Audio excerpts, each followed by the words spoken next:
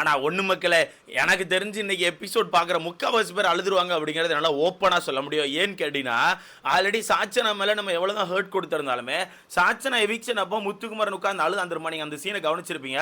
62 நாள் அழாத ஒருத்தன் உடஞ்சு அழுறான்னு சொல்லிட்டு பயங்கரமாக பார்த்து எல்லாருமே ரொம்ப ஃபீல் பண்ணீங்க.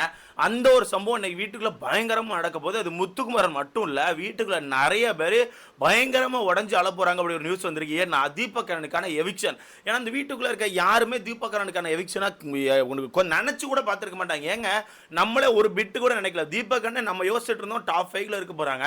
அந்த டாப் 5ல கண்டிப்பா வந்துருவாங்க. அது மட்டும் இல்லாம கடைசி வரங்கள்ல கொஞ்சம் ஓட்டுகள் வந்துட்டுனா எப்படியும் இந்த ரன்னர் அப்க்கு கொண்டு வந்துருவாங்க அப்படி சொல்லி நம்ம யோசிச்சுட்டு இருந்தோம். ஆனா சேனல் அதை ஒரு வித்தியாசமா முடிவு பண்ணி ஒரு வித்தியாசமான வேலையை பார்த்து டிஆர்பிக்காண்டி ஒரு சில வேலைகளை பார்த்துருக்காங்க. ஓகேப்பா, 14வது வாரம் எல்லா சீசன்லயுமே ஒரு அன்ஃபேர் எவிக்ஷன் வைப்பீங்க அப்படிங்க எங்களுக்கு தெரியும். ஆனால் லாஸ்ட் சீசன் சேம் அதே மாதிரி நடந்துச்சு. விசித்ரா மேம் கரெக்டாக 14வது வாரத்தில் தான் தூக்குனாங்க. ஆனால் நாங்கள் என்ன கேட்குறோம், அன்ஃபேர் எவிக்ஷன் வைக்கணும்னு ஆயிடுச்சு. அப்படி தான் அன்ஃபேர் எவிக்ஷன் வைக்கணும்னு ஆயிடுச்சு. இந்த வீட்டுக்குள்ளே பெருசாக ஒரு கேம் ஆடாமல் ஒரு சில பேர் சுற்றி இருப்பாங்கல்ல, அந்த ஒரு சில பேரில் யாராவது ஒருத்தரை தூக்கி இருந்தால் அது கண்டிப்பாக மிகப்பெரிய அன்ஃபேர் எவிக்ஷனாக தான் இருந்திருக்கும். ஏன் நீங்கள் அதை பண்ணல? அப்போ அதில் கை வச்சா கண்டிப்பாக நம்ம மாட்டிப்போம்னு சொல்லிட்டு தீபக் மேலே கை வச்சா இந்த ஒரு பிரச்சனை இருக்கான்னு சொல்லிட்டு தீபக் மேலே கை வச்சிட்டாங்க. உண்மையாக சொல்கிறேன் ப்ரோ, இந்த சீசன் ஓகேவா, இந்த சீசன் 8 அப்படிங்கிறது வந்து நமக்கு போர் அடிச்சு ஒரு மாதிரி கொலன்னு ஒரு மொக்க சீசனாக போனதுக்கு முக்கிய காரணம் டீம் அப்படிங்கிறத நல்லாவே புரிஞ்சுக்கணும். அது என்னதான் வீட்டுக்குள்ள இருக்க அந்த கண்டஸ்டன்ஸ் போட்டு நம்ம திட்டினாலுமே டீம் சரியில்லைன்னா கண்டஸ்டன் சரியில்லாம தான் போவாங்க. அந்த மாதிரி தான் போயிருக்கு. இந்த வாரம் கூட டீம் ஒரு தப்பு பண்ணியிருக்காங்க. அதை எவ்வளோ பேர் நோட் பண்ணீங்கன்னு தெரியல. நிறைய பேர் மறந்துருப்பீங்க. அது என்ன விஷயங்கிறது நான் கடைசியில் தெளிவாக சொல்கிறேன். ஆக்சுவலாக இன்னைக்கான எவிக்ஷன் யார் அப்படிங்கிறது கண்டிப்பாக உங்களுக்கு தெரிஞ்சிருக்கும். நம்ம தீபக்கரனை எவிக்ட் பண்ணுறாங்க. ஸோ தீபக்கரனை எவிக்ட் பண்ண நீங்கள் நினைக்கலாம் என்ன ப்ரோ வெளியே ஏதோ ஸ்டேஜ்லாம் போட்டு வச்சிருக்காங்கன்னு. ஆக்சுவலாக இது பொங்கல் சம்பந்தமான விஷயம் தான். பொங்கல் செலிப்ரேஷன் மாதிரி இப்போவே ஸ்டார்ட் பண்ணிட்டாங்க போல. ஏன்னா அவங்களுக்கே தெரியும் செவ்வாய்க்கிழமை பொங்கல், அதனால் இன்னைக்கே உட்கார வச்சு பொங்கலுக்கான ஸ்பெஷல் கொஸ்டின்ஸ் அந்த மாதிரிலாம் கேட்டு பயங்கரமாக இது பண்ணிட்டு இருக்காங்க போல. நல்லா இருக்கும்னு சொல்லி கேள்விப்பட்டேன். எபிசோட் நீங்கள் நல்லா இருக்கும்னு சொல்லி கேள்விப்பட்டேன். ஆனால் எபிசோட் நடந்துட்டு இருக்கும்போதே ஒரு முக்காவாசி எபிசோட்ல தீபக்கன் எவிக்ட் பண்ணிடுவாங்க. ஃபுல்லா கடைசி எபிசோட்ல எவிக்ட் பண்ண மாட்டாங்க. ஒரு பாதி எபிசோட் தாண்டோனே தீபக்கன் எவிக்ட் பண்ணிடுவாங்க. தீபக்கன் எவிக்ட் பண்ணும்போது வீட்டுக்குள்ள இருக்க எல்லாரும் பயங்கர ஷாக் ஆயிருவாங்க போல. முத்துக்குமரன்லாம் ரொம்ப ஏங்கி அழுறானா, பயங்கரமா உடஞ்சு அழுறான் போல. ஏன்னா இந்த வீட்டுக்குள்ள நம்ம நிறைய பாண்ட்ஸ் பார்த்துட்டு இருக்கோம். வீட்டுக்குள்ள நிறைய பாண்ட் பார்க்குறோம். எடுத்துக்காட்டு இப்போ கடைசியாக நேற்று பார்த்தோமே விஜய் விஷால் அருண், அந்த 2 பாண்டு வந்து உண்மையான பாண்ட் மாதிரி எனக்கு ஃபீல் ஆகுது. ஏன்னா அவங்க 2 பேரும் ஒரு சண்டை போட்டால் கூட ஒரு மணி நேரத்தில் போயிட்டு மச்சான் இப்படி தான் மச்சான் பேசினேன், மச்சான் அதுக்காண்டி தான் மச்சான் பேசினேன்னு சொல்லிட்டு உண்மையாக நம்ம ஃப்ரெண்ட்ஸ் எப்படி பேசிப்போமோ அந்த மாதிரி தான் இருக்காங்க. மற்றபடி இந்த வீட்டுக்குள்ள நான் கவனிச்ச ஒரு முக்கால்வாசி பாண்ட்ஸ் வந்து என்ன பண்ணுதுன்னா, பேசுகிறாங்க, சண்டை போடுறாங்க, அப்புறம் எதுக்கு பேசுகிறோன்னு தெரியாமல் பேசுகிறாங்க, திருப்பி சண்டை போடுறாங்க. இந்த மாதிரி தான் போயிட்டு இருக்கு. ஓகே, அது வந்து கரெக்டான பாண்ட் மாதிரி தெரியல. மாற்றி பின்னாடி பேசிக்கிறாங்க. அவங்க 2 பேர் சண்டை போடும்போது மாற்றி பின்னாடி போய் குறை சொல்லிக்கிறாங்க.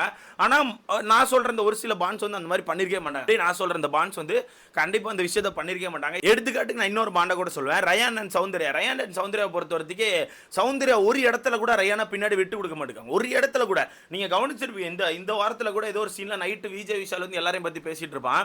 அப்படி பேசிட்டு இருக்கும்போது ரயானை பற்றி ஏதோ சொல்லும் போது இல்லை ரயான் வந்து பயங்கர அறிவாளி, நல்லா யோசிக்கிறான், சூப்பராக கேம் ஆடுறான்னு சொல்லிட்டு ஒரு பிட்டு கூட ரயானை விட்டு கொடுக்காம பயங்கரமாக பேசுவாங்க. என்ன பொறுத்தவரைக்கும் இதுதான் ஃப்ரெண்ட்ஷிப்.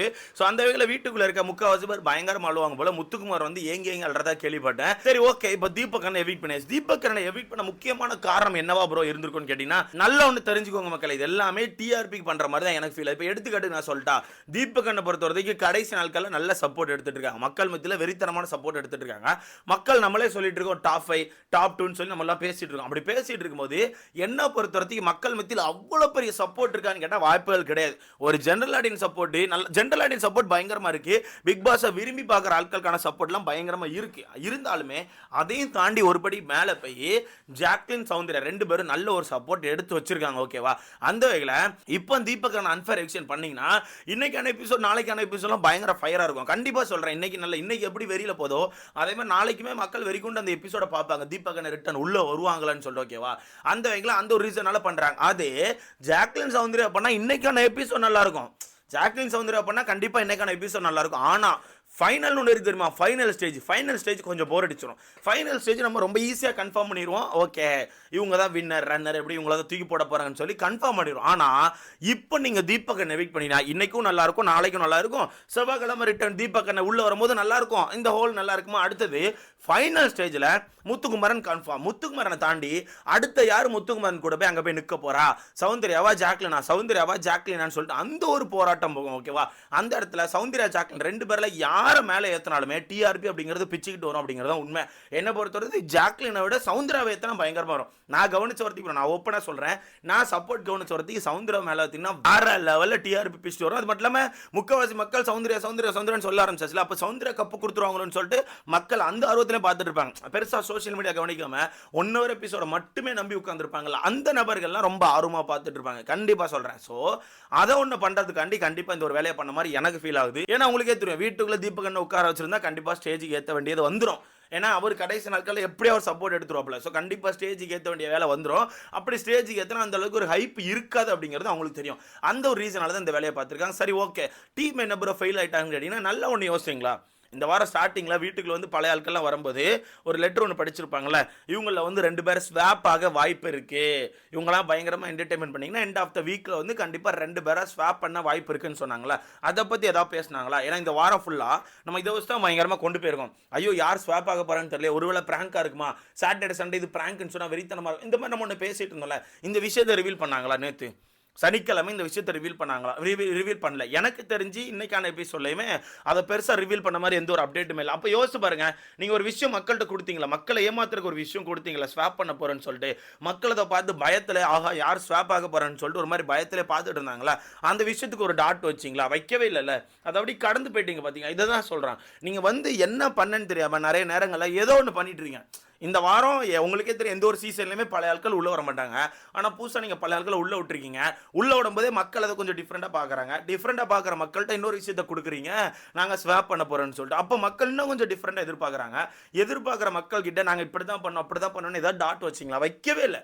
அதை கடந்து பேசி நம்மளும் அதை மறந்துட்டோம். ஸோ இதை தான் சொல்கிறேன், டீம் வந்து நிறைய இடங்களில் ஃபெயில் ஆகிட்டு இருக்காங்க. நீங்கள் டீம் வந்து நம்ம வந்து வீட்டுக்குள்ள நிறைய பேர் குறை சொல்கிறோம்ல, டாஸ்க் வச்சு அந்த டாஸ்க் வந்து ரூல்ஸ் போட்டு அழிச்சிடுறாங்கன்னு சொல்லிட்டு. நான் என்ன கேட்குறேன், ஒரு டாஸ்க் கொடுக்கும்போது அந்த டாஸ்க் எவ்வளோ டஃப்பாக போகும், அந்த டாஸ்க் எந்த லெவலுக்கு போகும் அப்படிங்கிறது உங்களுக்கு தெரியும்ல. அப்போ அந்த டாஸ்க்கை அதுக்கேற்ற மாதிரி தானே பில்ட் பண்ணியிருக்கணும். இப்போ எடுத்துக்காட்டு இந்த ட்ரம் டாஸ்க்கை பொறுத்தவரைக்கு சேஃப்டி அப்படிங்கிறதே இல்லாமல் தான் ஃபஸ்ட்டு பண்ணாங்க. ஏன்னா நீ கேப்பே ஃபர்ஸ்ட் கொடுக்காம இந்த ட்ரம்மை கொடுத்துருந்தாங்க. எல்லாருக்குமே ஃபர்ஸ்ட் ரவுண்டில் முட்டில் பயங்கர அடி. அதுக்கப்புறம் தான் எல்லாரும் நீ கேப் கேட்டு அதுக்கப்புறம் நீ கேப் கொடுத்தாங்க. ஓகேவா? உங்களுக்கே தெரியும், ட்ரம்மில் நீங்கள் பாட்டு கை காலை விட்டுருக்கீங்க, பொத்துன்னு கீழே விழும்போது கண்டிப்பாக கை இந்த இடம் எல்லாருக்கும் அடிப்படத்தான் செய்யும். வெறி கொண்டு அடிப்படும். அந்த மாதிரி எனக்கு தெரிஞ்சு மஞ்சரிக்கு வெறியான அடிப்பட்டு வச்சிருந்து. ஸோ அதான் சொல்கிறேன், ஒரு சேஃப்டி ப்ரிகாஷன் இல்லாமல் எல்லா டாஸ்க்கையும் கொடுத்துட்றீங்க. எல்லா டாஸ்க்கையும் கொடுத்து அப்புறம் அந்த டாஸ்க்கில் அடிப்பட அதை வச்சு அந்த டாஸ்க்கை நிப்பாட்டுறீங்க இல்லையா?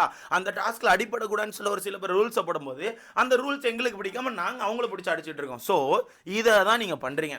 கரெக்டான பேஸ் இல்லாமல் ஒன்று கொடுக்கணும், தான் வச்சுக்கோ. அந்த மாதிரி கொடுத்து இந்த சீசனை ஃபுல்லாக ஒரு மாதிரி காலி பண்ணிட்டீங்க அப்படிங்கிறது உங்களுக்கு தான் சேரும். வீட்டுக்குள்ள உள்ளவங்களை எவ்வளோ தான் அடித்தாலும் அது உங்களுக்கும் சேருங்கிறது தான் உண்மை. அந்த வகையில் இன்னைக்கு தீபக் எவிக்ஷன் வந்து பயங்கரமாக இருக்கும்னு சொல்கிறாங்க. ஏவி முக்கியமாக வெறியாக இருக்கும்னு சொல்கிறாங்க. ஒரு ஹீரோ என்ட்ரி மாதிரி இருக்கும்னு சொல்கிறாங்க. நம்ம கண்டிப்பாக ஏவி பார்க்கணும். நேற்று நான் அருண் ஏவியை பார்த்து ஆடி போயிட்டேன். அருண் ஏவியே சத்தியமாக ஒரு ஹீரோ, ஒரு சினிமா மாதிரி தான் இருந்தது. இதாண்டா சினிமா அப்படின்னு மாதிரி தான் இருந்துச்சு. ஏன்னா ஒவ்வொரு பார்ட்டாக காட்டினாங்க. வீட்டுக்குள்ள வந்தான், டல்லாக இருந்தான், அதுக்கப்புறம் வைல்ட் கார்டு வந்து ஒரு என்ட்ரி கொடுத்தான், அதுக்கப்புறம் மாசம் அட்டாக் பண்ண ஆரம்பிச்சான், அவனுக்குள்ளே ஒரு எமோஷனல் சீன்ஸ்லாம் அந்த மாதிரி நிறைய விஷயங்களை காமிச்சாங்கல்ல, அது பார்க்கவே சூப்பராக இருந்துச்சு. அந்த மாதிரி இன்னைக்கு தீபக் அந்த ஏவியுமே மரண மாசா இருக்குன்னு சொல்லி ஒரு நியூஸ் வந்துட்டு இருக்குது. கண்டிப்பாக நான் வெயிட் பண்ணுறேன். என்னை பொறுத்தவரைக்கு பவித்ரா, விஜய் விஷால் இவங்க 2 பேரெல்லாம் தாண்டி தீபக் ஒரு தகுதியான ஆளை தான் நான் பார்க்குறேன். ஏன்னா மற்ற ஆட்களுக்கு கூட ஓட்டு இருக்குது, தீபக் அந்த அளவுக்கு ஓட்டுகள் இல்லைன்னு சொல்லிட்டு எனக்கு யோசிக்க தோணுது. ஸோ இதை பற்றி உங்களுக்கான கருத்துன்னு சொல்லி மறக்காம கமெண்ட்ல போடுங்க. வீடியோ லைக் பண்ணி சேனலை சப்ஸ்கிரைப் பண்ணி